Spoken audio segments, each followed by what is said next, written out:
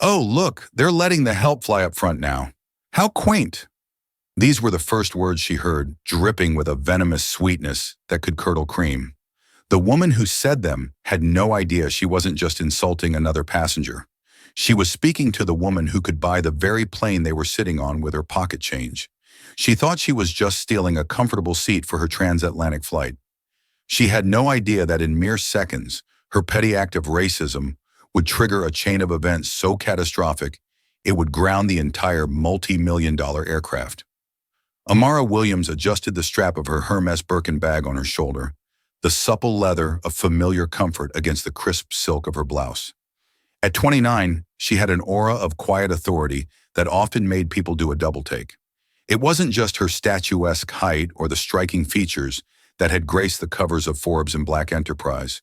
It was the unnerving stillness in her deep brown eyes, a look that said she had assessed every variable and was already 3 moves ahead. Flying first class on transatlantic airways, Flight 88 from JFK to London Heathrow was a routine necessity, a brief pocket of time to finalize her notes before closing a deal that would reshape the landscape of sustainable energy in Europe. Her seat, 1A, was the coveted throne of the first-class cabin, a private suite with a closing door, a lie-flat bed, and more leg room than a New York City micro-apartment. She had specifically booked it for the privacy. As she approached, however, she found it occupied. A woman who looked to be in her late 50s was busy arranging her things. She had a helmet of perfectly coiffed blonde hair, a face stretched taut by surgical enhancement, and a tennis bracelet that glittered aggressively under the cabin's soft lighting. She stuffed a cashmere wrap into the overhead bin with a sense of ownership that immediately set Amara on edge. "Excuse me," Amara said, her voice calm and even. "I believe you're in my seat." The woman turned, her eyes the color of a pale winter sky, raking over Amara from her sensible Louboutin flats to the intricate braids framing her face. A smirk, small and ugly, tugged at the corner of her perfectly painted lips. "Oh, look, they're letting the help fly up front now. How quaint," the woman said, her voice carrying across the hushed cabin. She didn't bother to lower it. On the contrary, she seemed to want an audience. The words hung in the air, thick and poisonous. A few passengers shifted uncomfortably in their seats. A businessman in 2B abruptly became fascinated with the safety card. The flight attendant, a young man named Leo, who had been warmly greeting passengers just moments before, suddenly looked flustered. Amara felt a familiar, cold spike of anger, but she pushed it down, locking it away behind a wall of practiced composure. Reacting was what they wanted. She would not give this woman the satisfaction. "My boarding pass says 1A, Amara stated, holding up her phone with the digital pass clearly displayed. "I think you'll find yours says something different." The woman, whose name Amara would soon learn was Karen Jennings, scoffed. It was a theatrical, dismissive sound. "Darling, I am a Diamond Medallion member with this airline. For 20 years. I fly this route twice a month. The airline knows who I am. They take care of me. My husband, Robert Jennings of Jennings & Jennings Law, is one of their most important corporate clients. This is my seat. There's probably just been a little mix-up with your ticket. Why don't you go find one of the flight attendants and have them sort you out? I'm sure there's a lovely spot for you. Somewhere in the back." The condescension was layered on so thick it was almost suffocating. Somewhere in the back. It was a dismissal not just of her ticket, but of her entire being. The assumption was clear. A young black woman, no matter how impeccably dressed, could not possibly belong here. She had to be a mistake, an anomaly, charity. "There is no mix-up," Amara said, her voice dropping a decibel, gaining an edge of steel. "My name is Amara Williams. The ticket was purchased under that name. The seat assigned is 1A. I'm not going anywhere. I would appreciate it if you would vacate my seat." Leo, the flight attendant, finally decided to intervene, scurrying over with a nervous, placating smile. "Ladies, is there a problem here?" "Yes," Karen snapped, turning the full force of her entitlement on him. "This person is claiming my seat. I am a Diamond Medallion member. You need to handle this." She pointed a manicured finger at Amara. Leo looked from Karen's furious, demanding face to Amara's cool, unyielding one. He was young and clearly out of his depth. He chose the path of least resistance, which in his mind meant appeasing the loud, aggressive white woman who was dropping names and status like breadcrumbs. "Ma'am," he said to Amara, his tone apologetic but firm, "let me see your boarding pass." Amara held it up again. He glanced at it, then at his own tablet. He paled slightly. "Ah, yes, it does say 1A, but Mrs. Jennings is one of our most valued flyers. Sometimes there are system glitches. A glitch that reassigns a pre-booked, fully paid suite to someone else and prints her a boarding pass for a different seat?" Amara asked, one eyebrow arching skeptically. "That sounds less like a glitch and more like theft." "Theft!" Karen shrieked, clutching her chest as if she'd been physically wounded. "How dare you? I am being harassed. Flight attendant, I want her removed from the first-class cabin immediately. Her presence is making me feel unsafe." It was the classic playbook, weaponized fragility deployed with tactical precision. The word unsafe was the magic bullet, designed to trigger protocols and paint Amara as the aggressor. Leo's eyes widened in panic. "Ma'am," he pleaded with Amara, "please, let's not cause a scene. The flight is about to close for departure. We have a very nice seat in 4C available. It's still a window seat. I can get you a complimentary glass of champagne." Amara stared at him, her disappointment hardening into disgust. He hadn't even asked to see Karen's boarding pass. He had seen the proof in his hand that the seat was hers, yet he was asking her, the wrong party, to capitulate. Because it was easier. Because one passenger was a young black woman and the other was a wealthy, connected white woman. The calculus in his head was as simple as it was insulting. "No," Amara said, the single word cutting through the air. "I will not be moving to 4C. I will be sitting in the seat I paid for, the seat that is currently occupied by this woman. So you have two choices. You can either ask her to move, or you can call the captain or a gate agent. But I am not moving." She crossed her arms, her stance resolute. The battle lines had been drawn. The quiet cabin was now electric with tension. Every passenger was watching, waiting to see who would win this silent, ugly war of wills. Karen Jennings smirked, confident in her victory. She had played this game before, and always won. She leaned back in seat 1A, a queen on a stolen throne, oblivious to the fact that she had just picked a fight with a woman who didn't just have the power to win the battle, but to burn the entire kingdom to the ground. Leo, the flight attendant, looked like a deer caught in the headlights of an oncoming freight train. His desperate eyes darted between Karen's smug, triumphant face and Amara's immovable resolve. His training manual had likely never covered a scenario where a passenger with a valid first-class ticket refused to be quietly shuffled away to appease a valued customer committing seat piracy. I'll have to get my purser," he stammered, before making a hasty retreat toward the galley. Eager to pass the buck to someone with more authority, Karen let out a sigh that was pure performance art. "The theatrics," she murmured to the man in 2B, who steadfastly refused to make eye contact. "Some people will do anything for attention." Amara ignored her, instead pulling out her phone and tapping out a quick, discreet text message. It was to her executive assistant, Mark, a man whose efficiency was legendary. "Slight issue on TOA 8. Stand by." Mark's reply was instantaneous. "Standing by. Need me to burn something down?" A ghost of a smile touched Amara's lips. "Not yet. Let's see how they handle it first." A few minutes later, Leo returned, this time with the flight's purser in tow. The purser was an older woman named Susan, with a severe haircut and a demeanor that suggested she had seen it all and was impressed by none of it. "What is the problem here?" Susan asked, her voice clipped and impatient. The doors were about to close, and this delay was reflecting poorly on her. Leo quickly explained the situation in a hushed, frantic whisper, gesturing between the two women.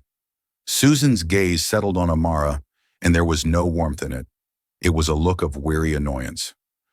"Ma'am, I have your seat assignment right here," Susan said, holding up the same tablet Leo had used. "And I see the conflict. However, Mrs. Jennings is a concierge key member with our partner airline, in addition to her Diamond Medallion status with us. Her husband's firm spends upwards of $2 million a year on air travel with our airline group. We have an obligation to provide a certain level of service." The implication was disgusting and clear. Corporate accounts were worth more than individual rights. Money, especially old, white money, talked, and Amara's ticket, it seemed, only whispered. And my ticket, for which I paid a substantial amount of money, comes with no obligation on your part to honor it? Amara countered, her voice dangerously quiet. Your level of service to her involves displacing another paying passenger? Is that the official policy of Transatlantic Airways? Susan's face tightened. Our policy is to resolve conflicts to ensure an on-time departure. We are offering you comparable accommodation and a travel voucher for your trouble. A travel voucher? Amara laughed, a short, sharp sound devoid of humor. You think a $500 voucher compensates for being publicly humiliated and racially profiled? The accusation of racism made both Susan and Leo flinch. Now, no one said anything about race, Susan said quickly, her tone defensive. The woman in my seat called me the help, Amara shot back, her eyes like chips of obsidian. She implied I couldn't afford to be here. You have both seen my valid boarding pass, yet you haven't once asked to see hers. You have bent over backwards to accommodate her while treating me like an inconvenience to be managed. If this isn't about race, then what precisely is it about? Her directness left them speechless. They had no good answer because the truth was ugly and indefensible. Karen, seeing her support system floundering, decided to pour gasoline on the fire. I want the captain, she demanded loudly. I am being slandered. This is unacceptable. Get the captain out here right now. Susan looked relieved to have an out. Fine, I'll get Captain Miller. Captain Robert Miller emerged from the cockpit a few minutes later. He was a man in his late 50s, with a neatly trimmed gray mustache and an air of unassailable authority. He listened with a grim expression as Susan gave him a heavily biased, one-sided summary of the events, painting Amara as a difficult and uncooperative passenger who was making baseless accusations and holding up the entire flight. He didn't even glance at Amara. He walked directly to Karen in seat 1A. Mrs. Jennings, he said, his voice a warm, reassuring baritone. I'm Captain Miller. I am so sorry for this disturbance. Please rest assured we'll have this sorted out immediately. We value your loyalty immensely. He then turned to Amara. The warmth vanished, replaced by a stern, impatient frost. Miss, he glanced at the tablet. Williams, we have a full flight and a schedule to keep. I have been informed that my crew has offered you another first-class seat in compensation for the mix-up. I am now instructing you to accept their offer and take seat 4C, or you will be removed from this aircraft for failure to comply with a crew member's instructions. We have a connection to make at Heathrow, and I will not have one passenger jeopardizing the travel plans of 300 others. Do I make myself clear? It was a public dressing down, a final crushing humiliation. The captain of the aircraft had personally intervened and sided against her. He had threatened to have her removed. In the eyes of everyone in the cabin, she was now officially the problem. She was the angry black woman causing a scene. Karen Jennings sat back, positively glowing with vindication. She had won. The system had worked exactly as she expected it to. The captain, the purser, the flight attendant, they had all bent the knee. Amara looked at the captain's hard, unyielding face.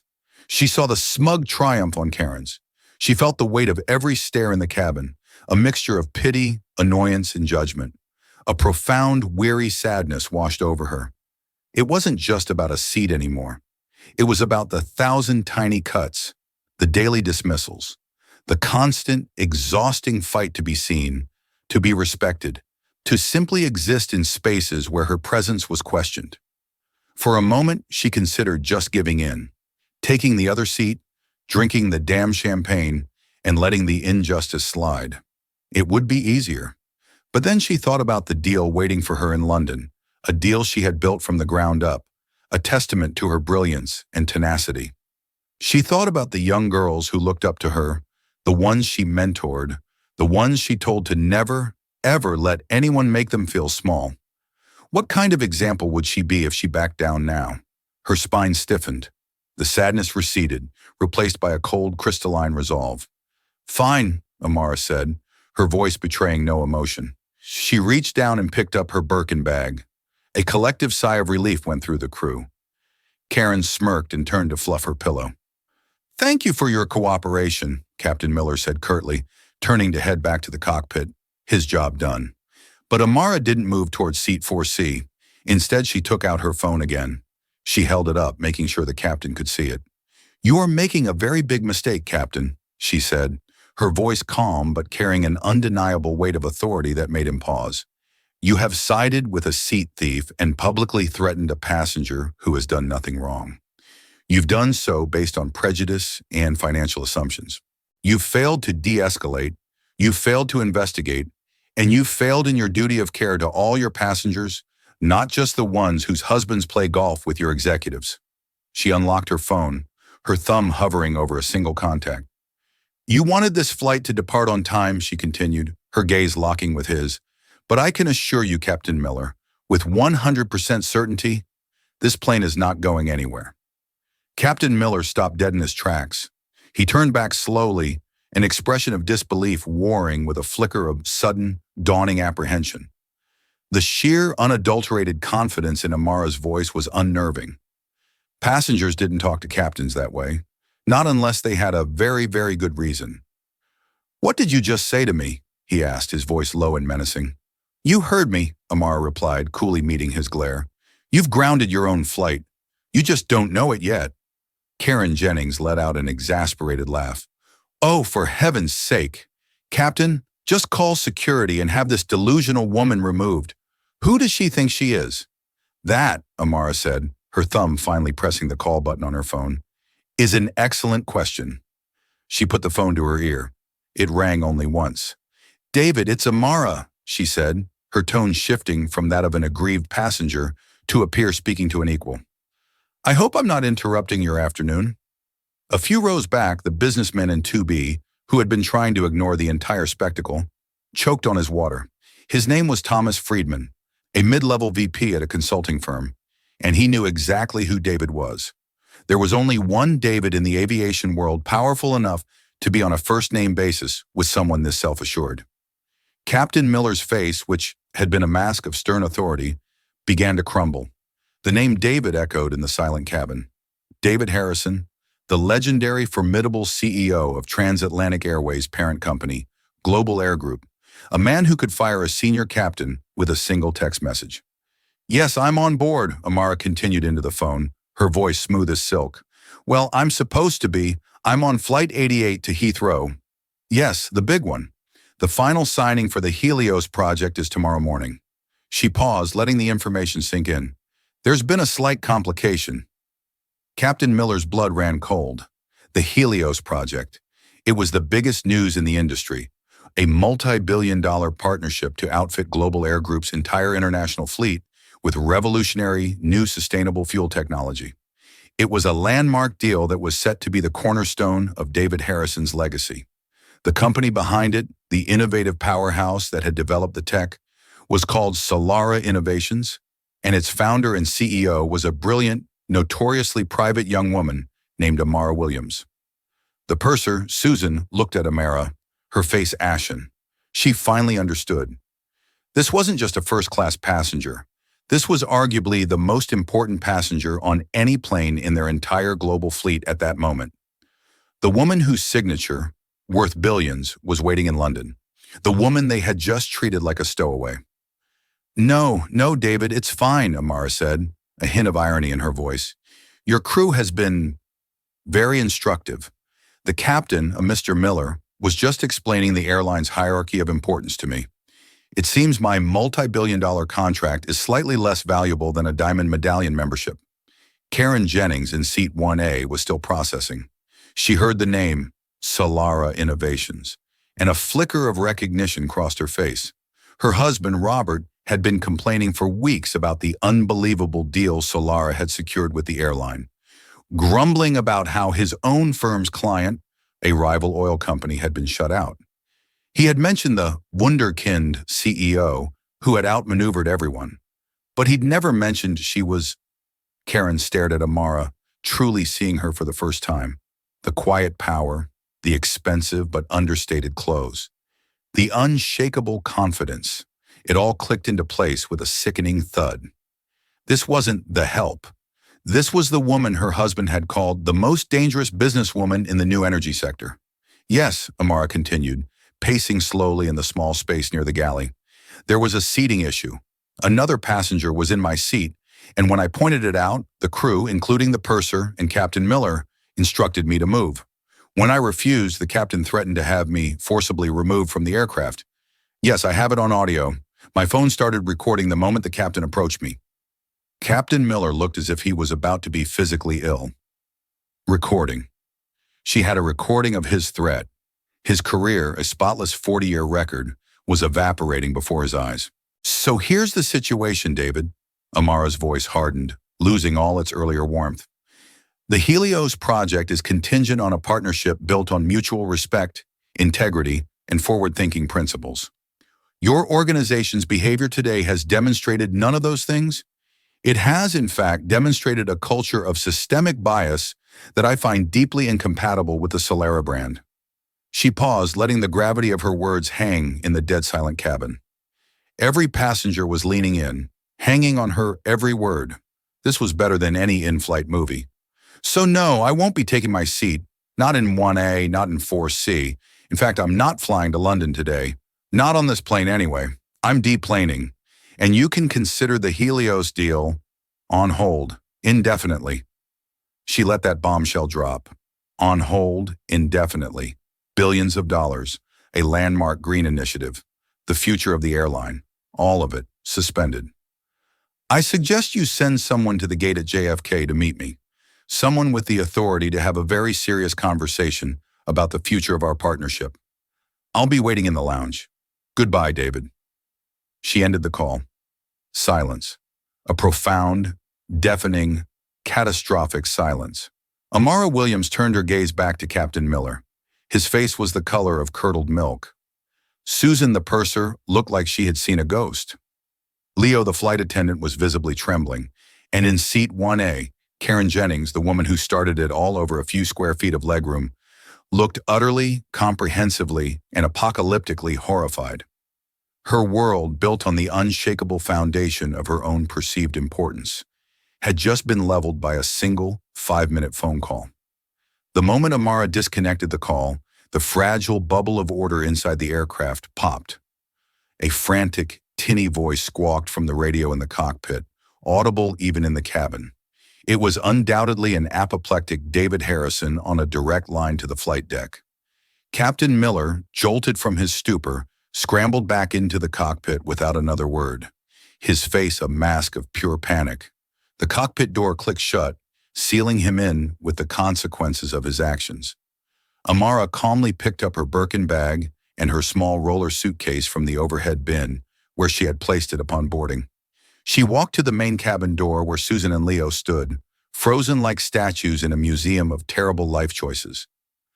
I believe I will be deplaning now, Amara said, her voice polite but absolute. Susan, her professional composure shattered, could only nod dumbly. She fumbled with the door controls, her hands shaking so badly she could barely operate the latch. Leo just stared at Amara, his mouth slightly agape, a silent apology in his terrified eyes. It was far too late for apologies. As the heavy door hissed open, revealing the jet bridge, a new announcement crackled over the PA system. It was the first officer, his voice strained and uncertain. Ladies and gentlemen, this is the first officer speaking. Apologies for the delay. Due to unforeseen operational circumstances, Transatlantic Airways, Flight 88 to London Heathrow is now indefinitely delayed. We ask that all passengers please deplane at this time. Please take all your personal belongings with you. Further information will be provided in the terminal. We apologize for the inconvenience. A wave of groans and confused murmurs swept through the entire plane, from the shocked first-class suites to the cramped economy rows. Indefinitely delayed? Deplane? What could possibly have happened between closing the doors and now? The answer was walking calmly down the aisle. As Amara passed seat 1A, she paused. Karen Jennings was still sitting there, rigid with shock, her face a grotesque collage of disbelief and dawning terror. Her tennis bracelet no longer seemed to glitter. It just looked like a cold, heavy manacle. I do hope you enjoy the seat, Amara said. her voice soft but every word a dagger. "You wanted it so badly.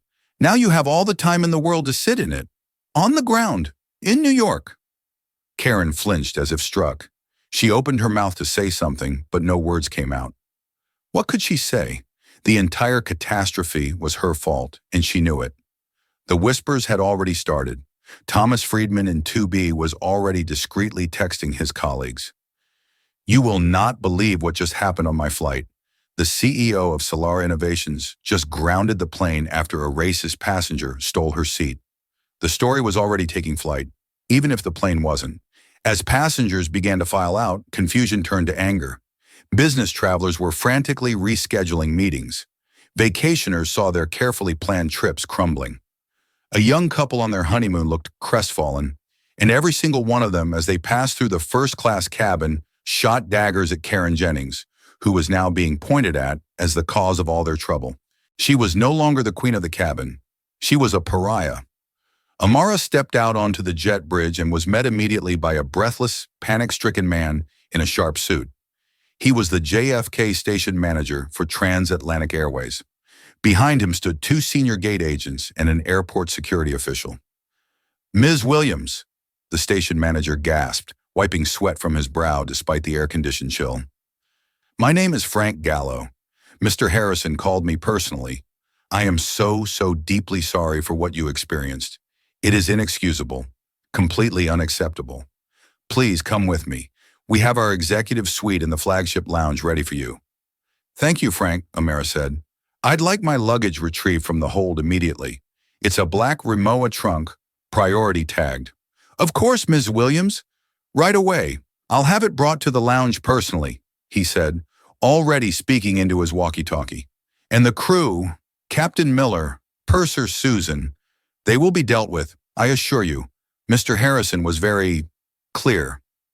Amara simply nodded and followed him toward the lounge, leaving the chaos of deplaning behind her. She didn't need to look back. She could already picture the scene. Hundreds of angry passengers streaming into the terminal, their travel plans in tatters, all because one woman's prejudice was enabled by a system that was supposed to know better. Back on the plane, the final indignity was unfolding. As the last of the passengers departed, two stern-faced airline officials, dispatched by Frank Gallo, boarded the empty aircraft. They walked straight to seat 1A.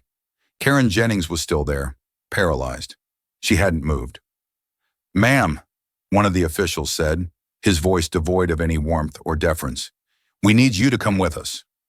"My husband, Robert Jennings," she began to stammer, the name that had been her shield and sword for decades. "We are aware of who your husband is, ma'am," the official said flatly. "It doesn't matter. You caused a disturbance that led to the cancellation of an international flight. You will need to come with us to the station manager's office to give a statement. The airline is calculating the financial damages, and your husband's corporate account will be notified." The threat was clear. The corporate leverage she had wielded so arrogantly was about to be turned against her. The $2 million account? It was about to be weighed against the multi-million-dollar cost of a canceled 757 flight, the rerouting of 300 passengers, and the potential loss of a multi-billion-dollar partnership. It wasn't even a contest. As they escorted a trembling, utterly broken Karen Jennings off the plane she had refused to leave, she passed the open cockpit door. She caught a glimpse of Captain Robert Miller. He was sitting in his chair, head in his hands, his career of 40 years in aviation finished. He had flown his last flight. He just hadn't left the ground. The karma wasn't just hitting back. It was a precision-guided missile, and it had hit every single target. The Transatlantic Airways flagship lounge at JFK was a world away from the chaos unfolding at the gate. Here, behind frosted glass doors in a secluded executive suite, the air was cool and silent, smelling faintly of leather and expensive cleaning products. Amara Williams sat not in a posture of relaxation, but of command. She held a tall bottle of sparkling water, its condensation tracing a map of cold on the polished mahogany table. Outside the suite's panoramic window, the grounded bulk of Flight 88 sat inert on the tarmac, a multi-million-dollar monument to one woman's prejudice and a crew's dereliction of duty. Her executive assistant, Mark, a man whose calm efficiency was a force of nature in itself, stood nearby. His presence was reassuring, a tether to her world of order and control. "The Gulfstream G-50 is fueled and filed, Miss Williams," he reported in a low, even tone. "The flight crew is on standby for our departure in 45 minutes. The Savoy in London has been apprised of our new arrival time. Your suite is secure. I've also taken the liberty of retrieving your checked trunk from the hold. It's waiting with our car service." "Thank you, Mark," Amara said, her gaze fixed on the useless aircraft outside. She wasn't just angry. The initial hot spike of fury had cooled into something far more dangerous. A diamond-hard, crystalline resolve. This was bigger than a stolen seat. It was a symptom of a deep-seated disease, and she had just been handed an opportunity not merely to treat the symptom, but to force the carrier to confront the sickness itself. Frank Gallo, the JFK station manager, practically vibrated with anxiety near the door. He had offered coffee, tea, champagne, food, all of which Amara had politely declined. He was a man watching his entire career flash before his eyes, and his desperate-to-please energy was a stark contrast to Amara's unnerving stillness. "Ms. Williams," he began for the 10th time, "I just want to reiterate that on behalf of—" He was cut off as the suite door slid open with a violent hiss, revealing a man who looked as though he had been physically hurled through the city by a hurricane of his own making. David Harrison, the CEO of Global Air Group, stood there, breathing heavily. His usually immaculate silver hair was disheveled, his tie was wrenched to the side, and his face was a mottled red, a mixture of fury, exertion, and pure, undiluted panic. He had clearly shattered every traffic law to get here from his Park Avenue office. "Amara," he gasped, striding into the room and ignoring a stunned Frank Gallo completely. He bypassed Mark and came to a stop before her table, his hands planted on its surface as if to steady himself. "I came the second I heard. What they did, the crew, the captain, it is the single most appalling failure of service I have seen in my 30 years in this business. I am so profoundly sorry." Amara looked up at him, her expression unreadable. She let the silence stretch, forcing him to stand there in his self-inflicted storm. She didn't offer him a seat. "Sorry isn't the word I'd use, David," she finally said, her voice quiet but resonant in the silent room. "Sorry implies an accident, a mistake. What happened on that plane was not a mistake. It was a choice, a series of choices made by your employees, based on a predictable and, it seems, well-established cultural calculus." Harrison flinched as if she had struck him. He straightened up, trying to regain a sliver of his usual corporate composure. "That is not who we are. We have policies, diversity initiatives, zero tolerance." "Your policies are worthless," Amara cut him off, her voice slicing through his corporate platitudes. "They are ink on paper in a binder somewhere. Your culture is what happens on the front lines. And your culture dictated that a junior flight attendant's first instinct was to placate the aggressor. Your culture allowed a purser to validate a lie without even glancing at the evidence on her own tablet. Your culture emboldened a senior captain to forego any investigation, publicly humiliate a passenger who was the victim, and threaten her with removal. He didn't see a customer with a valid, expensive ticket. He saw a problem. And the woman who created the entire incident? He saw her as a valued member to be protected. That isn't a glitch, David. That is your system working as designed. It's a system that values a 20-year travel history over a black woman's dignity. So don't tell me about your policies. Every word was delivered without a hint of shouting, yet it landed with the force of a physical blow. David Harrison sank into the chair opposite her, not because he was invited, but because his legs could no longer support him. The fight drained out of him, replaced by the grim understanding that he was not here to negotiate. He was here to surrender. "You're right," he said, his voice hoarse. He finally looked her in the eye, and she saw the raw fear of a man watching his legacy in the Helios deal that was meant to cement it, burn to the ground. "I won't make excuses. Tell me what it takes to fix this, to make it right, whatever it is." This was the moment. Amara leaned forward, the full weight of her power and intelligence focused on him. This was no longer about her. It was about every person who had ever been made to feel small, overlooked, or threatened in a space where they had paid to belong. Making it right is a long road, David. But we can start with accountability, she began, holding up a finger. First, your crew. This cannot be swept under the rug with a slap on the wrist. Captain Miller and Purser Susan are to be terminated, effective immediately. I don't want them suspended. I don't want them reassigned to desk duty. I want them gone.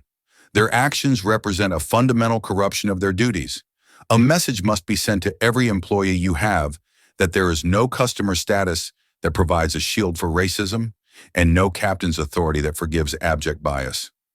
As for Leo, the junior attendant, he was young and followed a poor example. He is to be suspended for 3 months without pay. He will be required to complete and pass an intensive racial bias and de-escalation program. A real one, not a webinar. If he demonstrates genuine understanding, perhaps he gets a second chance. We must leave room for growth, but not for willful negligence. Harrison nodded grimly, the color draining further from his face. Done. Second, she continued, raising another finger, the passenger, Karen Jennings. She used her husband's name and her status as a weapon. Therefore, that status must be stripped from her, publicly and permanently. She and her husband, Robert Jennings, are to be banned from flying on any global air group airline or its partners. For life. Furthermore, their corporate account with your airline is to be terminated by the close of business today. And finally, I want a full, itemized accounting of every single dollar this incident has cost your company. Passenger compensation, rebooking fees, overtime, fuel, the cost of my private charter. I want that bill sent directly to the offices of Jennings & Jennings Law. I don't expect them to pay it. I want them to see it. I want them to understand, in tangible financial terms, the cost of their arrogance. This demand was surgical in its cruelty and its justice. It wasn't just punishment, it was the dismantling of the very power structure Karen had tried to wield. Harrison swallowed hard. It will be done. Third, Amara said, her voice lowering slightly, drawing him in. And this is the most important part, David. This is what determines whether the Helios deal has a future. Punishing the guilty is easy.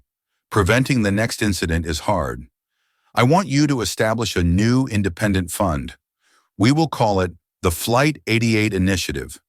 Global Air Group will seed it with an initial investment of $10 million. Harrison's eyes widened, but Amara pressed on, giving him no time to object.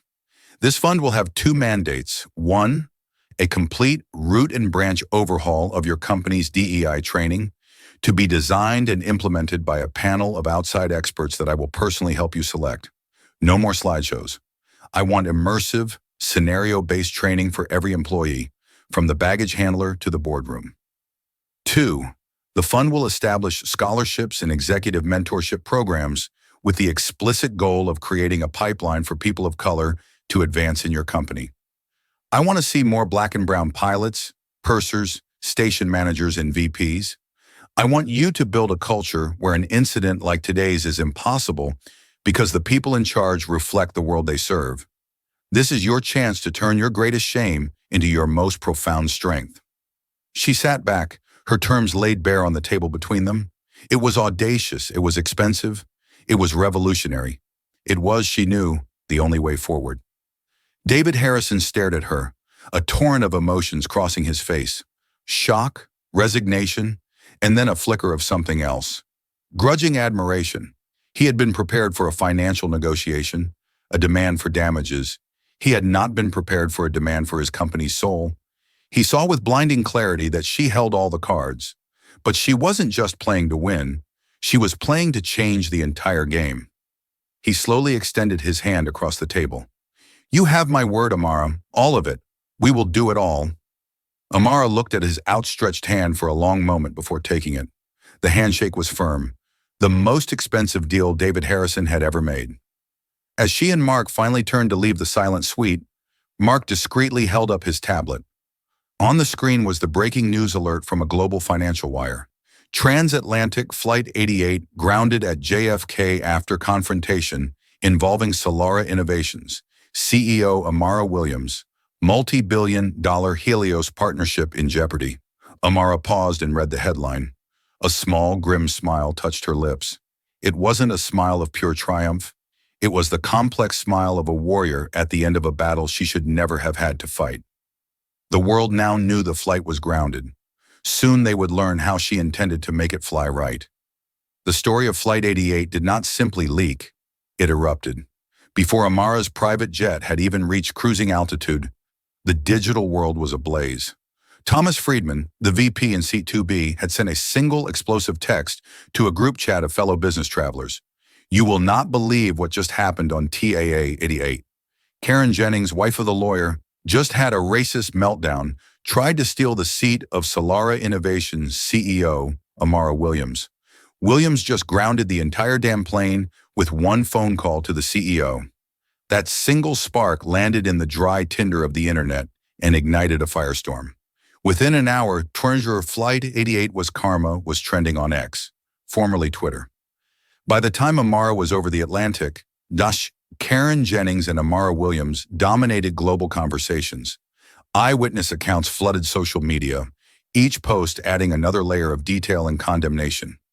A student in economy class had filmed the moment Captain Miller publicly threatened Amara, the audio clear and damning. A TikTok creator in business class stitched it with a video of Karen's initial venomous comment about the help, creating a viral clip that amassed millions of views under the title, "Watch a racist Karen ground a 707 and destroy her life in 60 seconds. The backlash was biblical in its speed and ferocity. Karen Jennings, who had built her entire identity on a pedestal of perceived social superiority, was torn down from it in a global spectacle. She became the face of entitlement, a meme, a cautionary tale whispered at cocktail parties and dissected in morning talk shows. Her husband's firm, Jennings & Jennings, was besieged. Their Yelp and Google reviews plummeted to a single star, flooded with thousands of comments about the flight. Their corporate phone lines were jammed with callers expressing their disgust. An emergency partners meeting was called, but the damage was already done.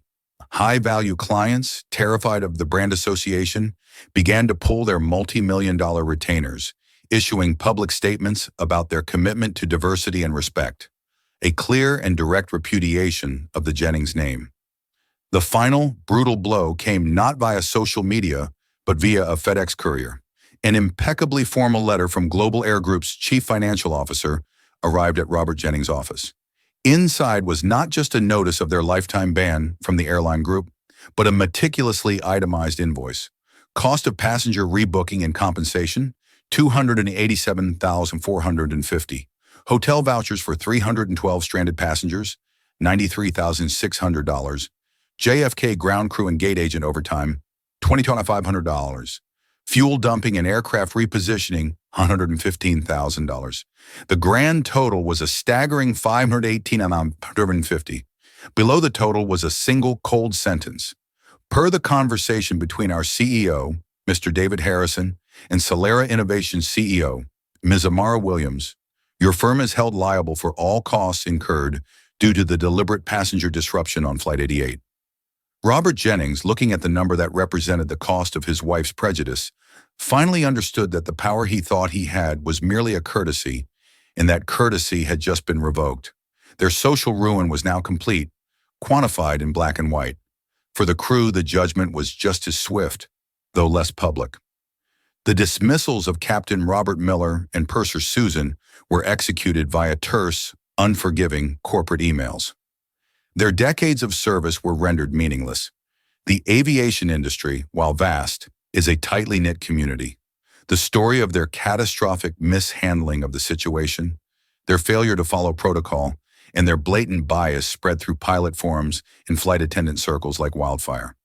They were radioactive.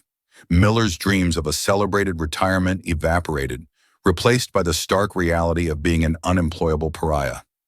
Leo, the young flight attendant, received his official notice of a 3-month suspension without pay. Humbled and deeply ashamed, he accepted it and enrolled in the very first session of the airline's newly mandated de-escalation and racial bias training, determined to understand his failure and earn his second chance. In stark contrast to the destruction, there was creation. True to his word, David Harrison, with Amara Williams standing beside him at a packed press conference, announced the Flight 88 initiative. It was a masterstroke, turning a public relations cataclysm into a story of accountability and rebirth. Harrison didn't just apologize, he announced a $10 million seed fund to overhaul the company's culture. The initiative focused on tangible results, partnerships with organizations that specialized in diversity training, a complete rewrite of the crew's conflict resolution manual, and, most significantly, the establishment of robust scholarship and mentorship programs. The goal was to create clear, undeniable pathways for people of color to rise to the highest ranks, from the cockpit to the boardroom. 1 year later, the first transatlantic Airways A350, emblazoned with a small, elegant logo that read, "Powered by Solara Innovations," stood gleaming at a gate at JFK. The Helios project was a roaring success, and this flight was its celebratory launch. As Amara Williams walked down the jet bridge, she was greeted not by a flustered station manager, but by the flight's captain, who had stepped out to meet her. She was a poised, confident black woman in her early 40s, her smile bright and genuine. "Ms. Williams," she said, extending her hand, "Captain Eva Dubois, it is an absolute honor to have you with us today. On behalf of the entire crew, welcome aboard." Amara shook her hand firmly, a feeling of profound, circular satisfaction washing over her. "The honor's all mine, Captain." As she settled into her seat, 1A, a quiet throne of victory, she glanced at the in-flight magazine. There was a feature story on the Flight 88 initiative. It highlighted the first round of graduates from its mentorship program and the recipient of the inaugural Eva Dubois Pilot Scholarship, a young man from the Bronx who dreamed of flying. Captain Dubois' voice came over the PA system, smooth and authoritative. "Good morning, ladies and gentlemen, and welcome aboard this inaugural flight to London Heathrow. We are proud to be the first aircraft in the fleet flying with new generation and sustainable fuel. We expect a smooth ride today as we cruise towards a new dawn." Amara leaned her head back against the soft leather. She had faced down an ugly, timeless prejudice. She had refused to be diminished, refused to accept the injustice. In holding her ground, she hadn't just secured her seat. She had forced a reckoning that sent ripples through an entire industry, dismantling old structures and building new ladders in their place. This flight, under the command of a captain who looked like her, powered by the technology she had created, was the tangible proof. The karma that had struck Karen Jennings so hard had not been an endpoint. It had been the beginning of a better, more equitable journey for everyone. And as the plane powerfully accelerated down the runway, lifting gracefully into the sky, Amara Williams smiled. The flight was finally on its correct course. And so, Amara Williams didn't just get her seat back, she redesigned the entire airline. This story isn't just about the satisfying, hard-hitting karma that found Karen Jennings and Captain Miller. It's a powerful reminder that the true measure of a person isn't just their wealth or status, but how they use their power when confronted with injustice. Amara could have just taken the private jet and forgotten the whole thing. But instead, she chose to turn a moment of personal humiliation into a catalyst for systemic change that will affect thousands of people for years to come. She proved that one person, standing firm in their dignity, can indeed ground a plane and change its course forever. What did you think of Karen's instant regret? Was the airline's response enough? Let us know your thoughts in the comments below. If this story moved you, please hit that like button, share it with someone who needs to see it, and make sure you subscribe to our channel for more incredible real-life stories of drama and justice. Click the notification bell so you never miss an update. Thanks for watching.